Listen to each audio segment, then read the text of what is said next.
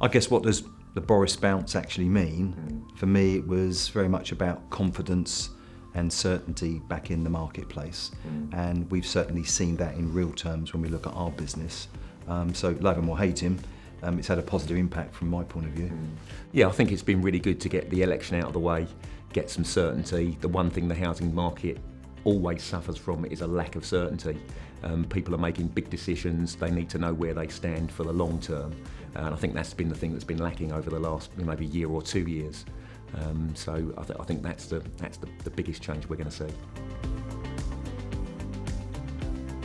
I think it has. I think it's had a positive impact. If we look at our own business, particularly in the latter stages of 2019, we saw an improvement in our sales.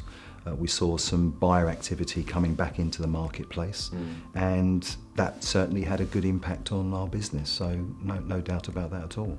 Yeah, I think it's unsurprising. I think we've always wanted some certainty within the marketplace, and I think the election out of the way, certainly Brexit looks like it's sorting itself out now to a greater or lesser extent. So if we can stop obsessing about these things and start getting on with what's important, which is living our lives, buying and selling and moving and moving forwards, I think that will be great for everybody. And I think we also saw an uplift in house prices. So we finished the year and house prices actually peaked for us. So I think that's good for buyers and for sellers and bodes well for the year ahead as well. It's really positive. I think the market's starting to get a bit of momentum, and that's absolutely crucial, I think.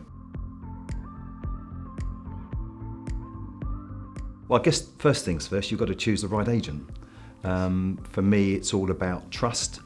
Trust that agent understands what's important to you and is prepared to work with you during what can be quite an emotional process. And probably the most important thing that all sellers want to benefit from is making sure they get the best price for their home. So I think that's pretty critical, because it's not just your home, it's your investment as well, isn't it? Absolutely. I think one of the best ways you can do that is make a good decision about when you put your house on the market. There's always that dilemma about whether you want to find first or sell first. I think best advice is definitely get your property onto the market and get yourself under offer. Put yourself in a really strong position, and it's the best way of helping yourself move forwards, I think. Oh, I totally agree. And from a practical point of view, it's about understanding that first impressions count. So when you put your home on the market, just think about what that potential buyer is going to see, because that's the thought that they're going to be left with. So if your property needs a bit of tidying up, whether it's outside the garden or whether it's doing a bit of paint work, just ensuring that all of those loose ends and those jobs perhaps that you've been putting off, now would be a good time to get on and do them. I feel really positive about the market for next year.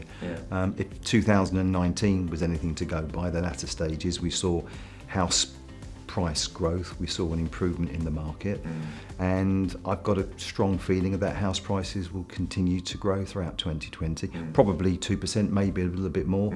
I know everyone's got a slightly different view on that, but it's a positive view from my point of view. I feel really bullish about prices for the first time in a while. I just feel the property market has got a bit of momentum to it for the first time, and it just feels like that pent-up demand is starting to come to fruition. So I'll be surprised if we don't see a little bit more than 2%, if I'm honest. We'll see. Well, it's nice to agree on something. It does, at last. Nearly.